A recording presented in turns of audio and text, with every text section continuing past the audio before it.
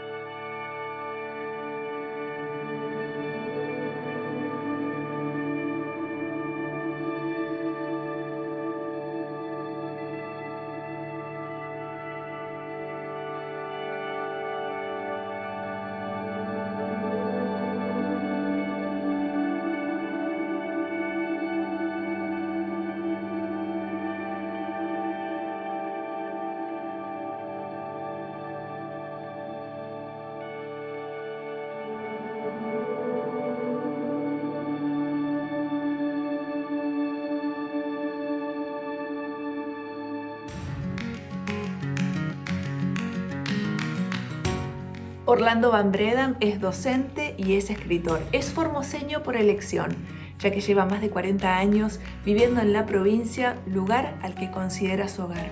Estuvimos conversando con Orlando acerca de su historia, de los libros que escribió, de los premios que recibió y también de una de sus obras que fue llevada al cine. Te lo presentamos.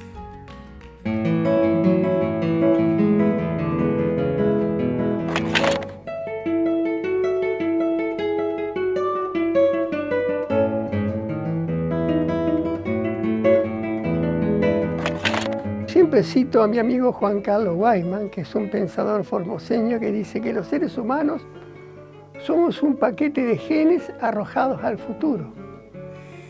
Y bueno, yo siempre me pregunté de dónde venía este paquete de genes. ¿Qué ocurrió para que Van Bredam naciera? Y bueno, yo creo que muchas cosas. Primero, que un grupo de belgas llegara a Entre Ríos en los años 80, en 1880, con la ley de Urquiza de inmigración.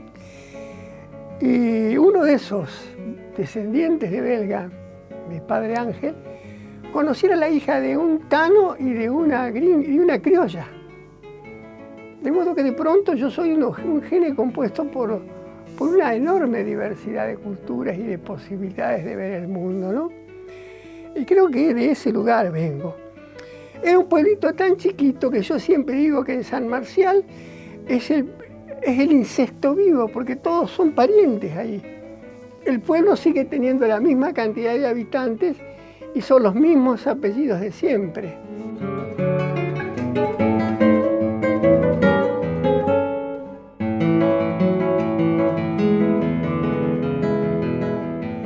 En Concepción del Uruguay, en 1960, llegamos después de pasar por Basavilbaso, y ahí yo obtuve la suerte de poder terminar mi escuela primaria, hacer mi secundaria en el Colegio del Uruguay, en el histórico colegio que fundó Urquiza.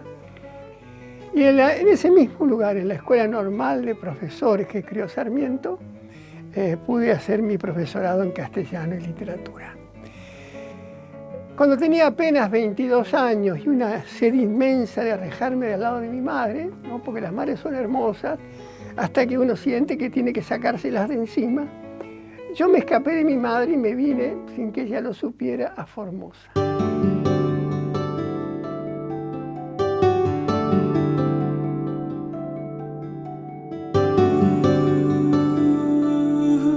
Ya el mismo 24 de marzo de 1975, cuando llegué al Colorado, me designaban como profesor de la escuela de nivel medio número 1. Empecé a trabajar por la mañana y a la tarde ya conocía a la que iba a ser mi esposa de toda la vida.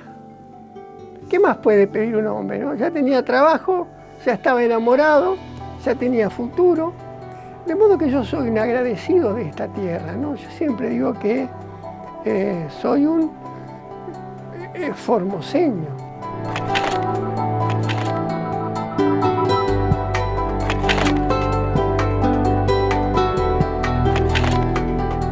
Los formoseños tenemos derecho a nacer donde queremos. Yo soy un formoseño que nació en Entre Ríos.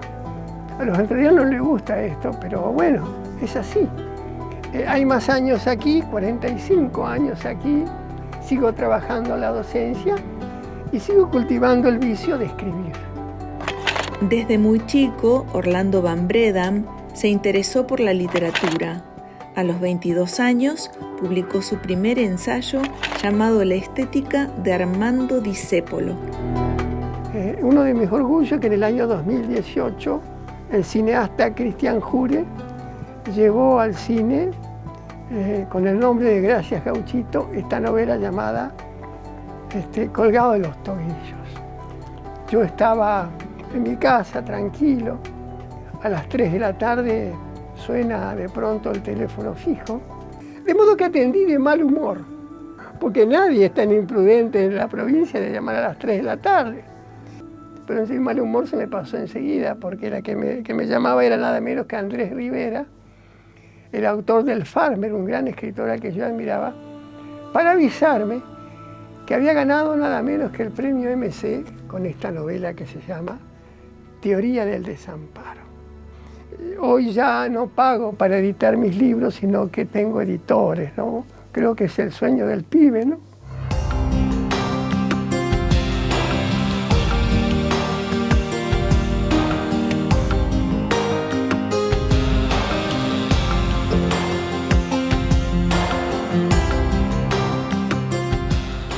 Bueno, la pregunta que siempre me hace la gente es, yo quiero escribir. Yo dije, empecé a escribir. A escribir se aprende escribiendo y leyendo. Si no sentís ese deseo, ese fuego de escribir, es porque en el fondo nunca te interesó. No he tenido otros maestros que los que he encontrado en los libros, ¿no? Siempre he preferido acostarme y escuchar a Tolstoy que ponerme a pavear con alguien que no va a aportarme nada, ¿no es cierto? Porque en el fondo esos autores, aún muertos, siguen hablándonos, siguen diciéndonos cosas interesantes, ¿no? Entonces nosotros, si queremos ser escritores, tenemos que escucharlos y ver cómo han ido resolviendo los problemas que le presentaba la escritura. Orlando Van Bredam tiene a su cargo la Cátedra de Teoría Literaria, también Literatura Iberoamericana en la Universidad Nacional de Formosa. Actualmente Orlando vive en Colorado, localidad que lo nombró ciudadano ilustre en el año 2012. Hoy mi nieto prefiere la tablet antes que los libros. Y primero a mí no me gusta, pero después dije, ¿quién dice que no está aprendiendo? ¿Quién dice, por ejemplo, yo lo observo en mis nietos, uno de 8, Gael, y el otro de 5, cuyos conocimientos los incorporan a través de las tablets. Y hablan un castellano perfecto.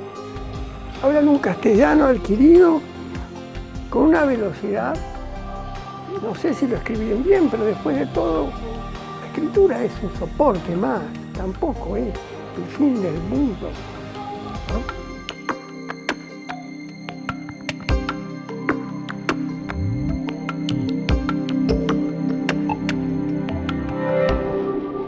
Uno se aísla cuando ya sabe qué escribir, pero para poder sentir el mundo hay que arrojarse sobre el mundo.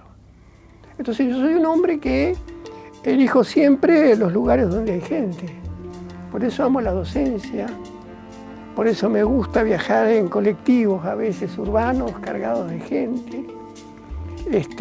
Por eso escucho. Una vez Rodolfo Ward decía que escribir es escuchar.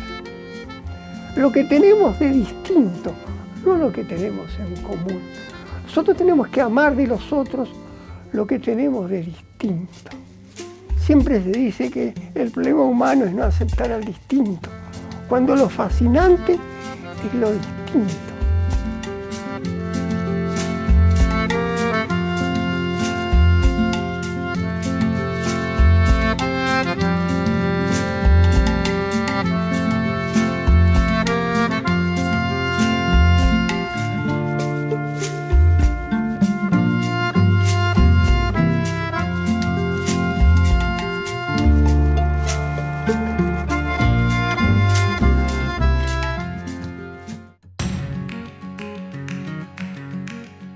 Hablamos con Irene Raffo. Irene es la creadora y la directora de Uniendo Huellas. Uniendo Huellas es una fundación que trabaja acompañando y apoyando a chicos y chicas de Formosa que tienen alguna discapacidad. Vamos a conocer entonces ahora la historia de esta preciosa fundación.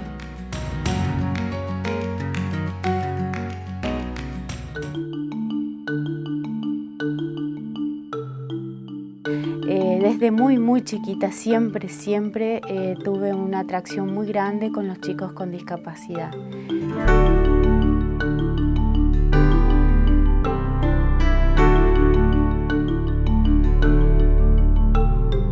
Estudié en Buenos Aires. Cuando yo me caso, seguía viviendo en Buenos Aires. Mi ex marido, que en ese momento era mi marido, me dice: mira, acabo de perder mi trabajo, tenemos que volver a Formosa.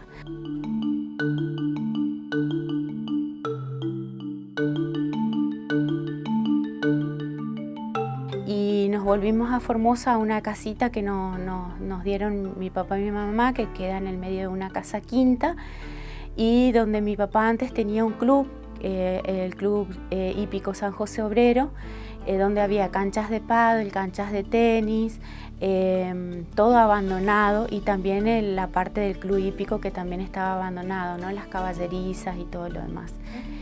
Y bueno, mi ex marido me decía siempre: tenés que aprovechar este lugar tan hermoso, que cuenta también con una laguna, con mucho verde, donde teníamos una huerta hermosa.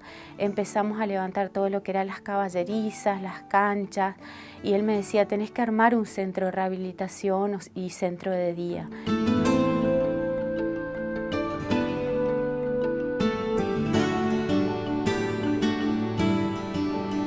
En ese momento, yo cuando ni bien me recibo, empiezo a trabajar en la Escuela Especial 12.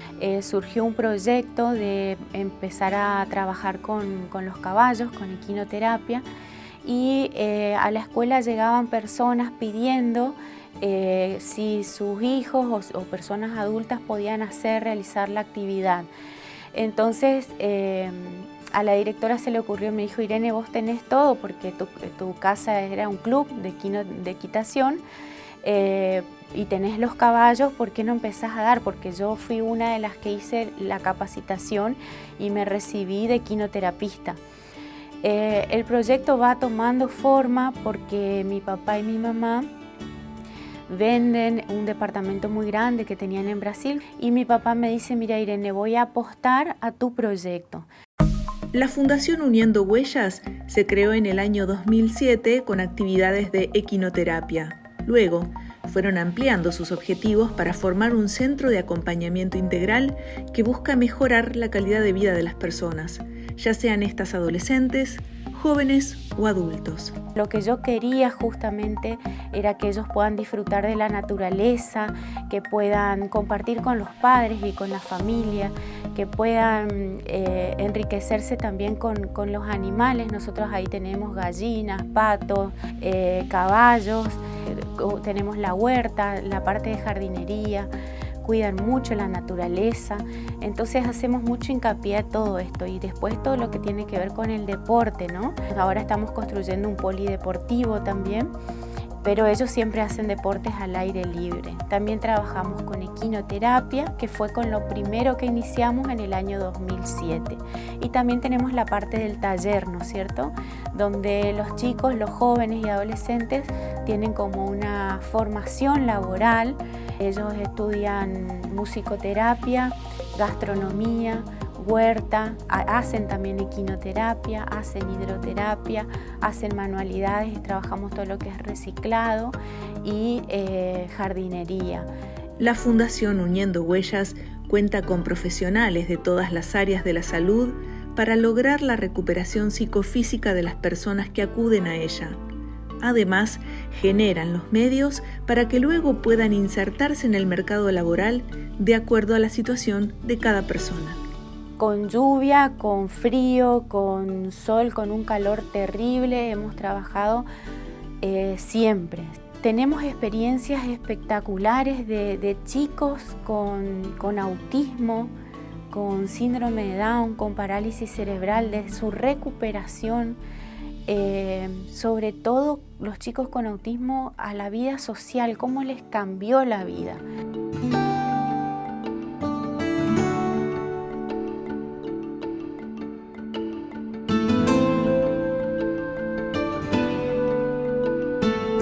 Nosotros siempre tenemos que pensar que ellos pueden mucho más de lo que nosotros pensamos.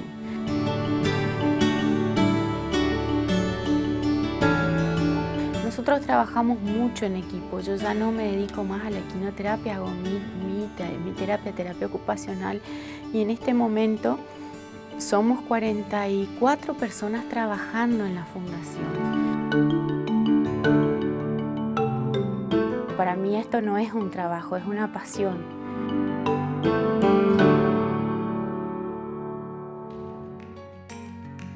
Qué interesantes todas las historias que vamos descubriendo en nuestro programa, pero todavía faltan más. Así que si me acompañan, vamos a seguir descubriendo historias inspiradoras de gente que vive en diferentes rincones de la provincia. Gente de mi tierra en Rumbo Norte.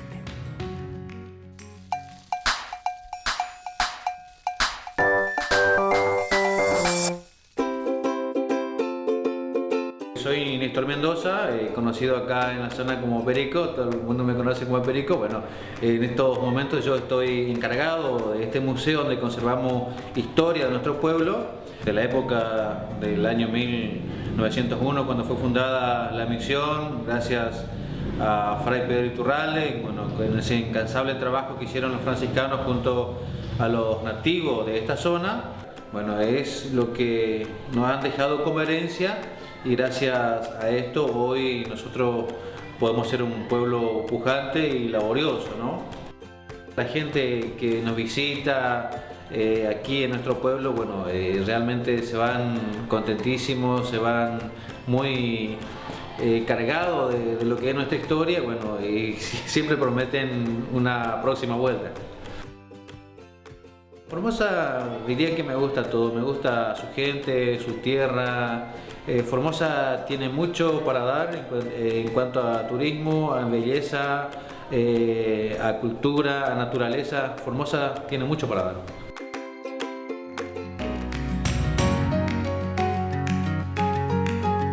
Luis Miguel Loto nació en San Francisco de Iaicí, una localidad que está a 70 kilómetros de la capital de Formosa.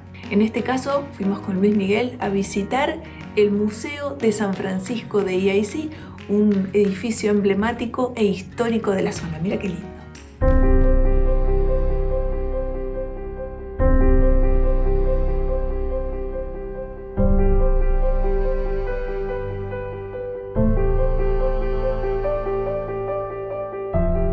El origen de la misión es un esfuerzo por terminar con la conquista de América, porque le faltaba este pedazo conquistar a la civilización europea, ¿no? Y todo el Chaco, el Gran Chaco, todavía estaba en manos de los indígenas, distintas etnias que dominaban esta zona.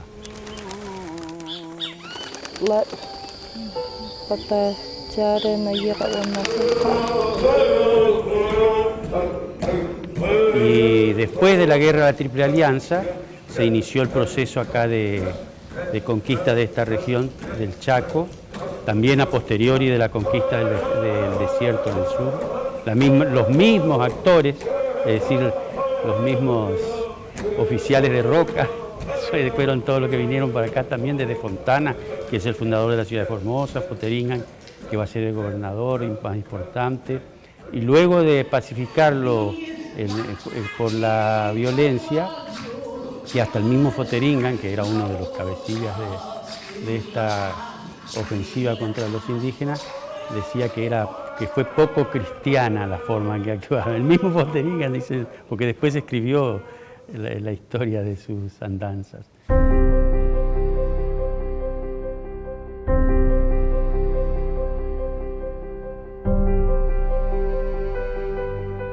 Y los franciscanos tuvieron la idea de proponerle misiones al gobierno nacional con fundamentos sobre todo el padre Iturralde, que va a ser el fundador de esta misión, y de las 3 misiones que se hicieron en 1901, que es esta, la de Tacaglé, la Nueva Pompeya, que para integrar pacíficamente al indígena, no por medio de la violencia, y la idea fundamental por la que aceptó el gobierno nacional era convertirlo en agricultores.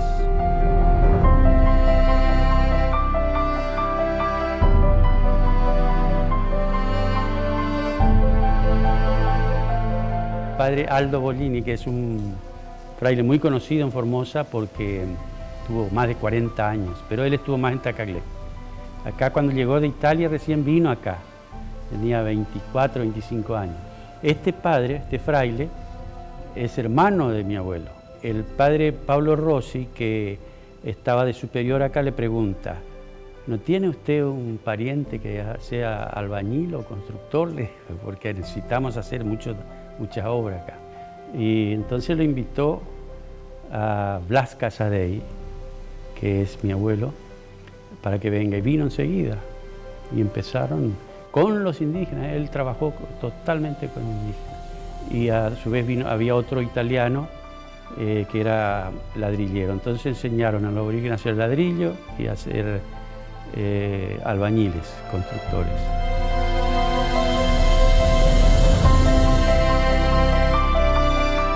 Y bueno, este es el asentamiento primero de la misión, que estaba construida con edificios de palma, todo palma. Estaba fundamentalmente por estas zonas, este lugar, la capilla, la escuela, y hay fotos de eso, fotografías. Y después se construyeron el ingenio que está del otro lado, es de chapa y horcones de quebracho. Se construyó en los primeros 20 años de la misión. Después, al finalizar la década del 20, empieza la construcción esta de material, que se va a construir y después el colegio allá de las hermanas y la iglesia está allá, y todo este edificio acá grande que está.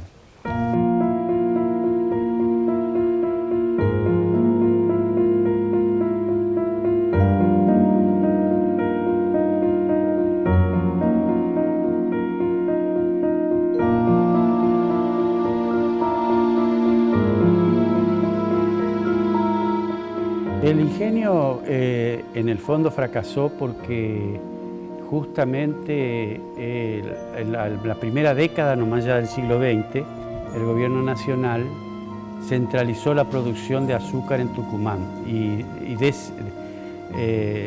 no incentivó para nada en esta región.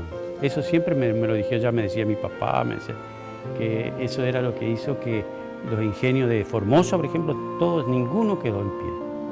Y este duró hasta el 40, pero ya en la década del 40 haciendo más bien miel nomás, porque la miel era un alimento muy utilizado por los indígenas.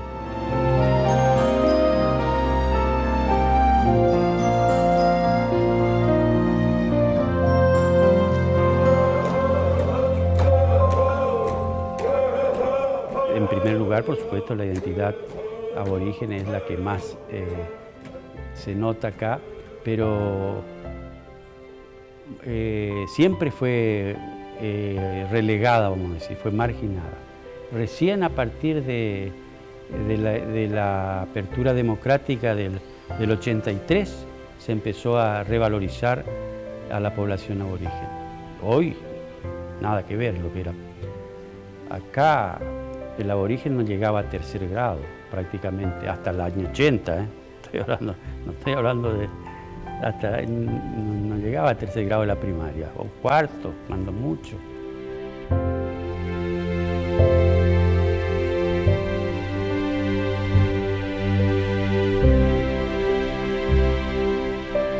Y bueno, Misión Laicí es mi pueblo, es el lugar donde nací, es mi casa, no sé qué es lo que puede representar eso. Por más posibilidades que yo haya tenido, por ejemplo, de irme a otro lado, o incluso que me echaron de acá, como en la época de los militares, pero no por eso voy a dejar el pueblo, no, eso jamás, ni se me pasa por la cabeza, ¿no?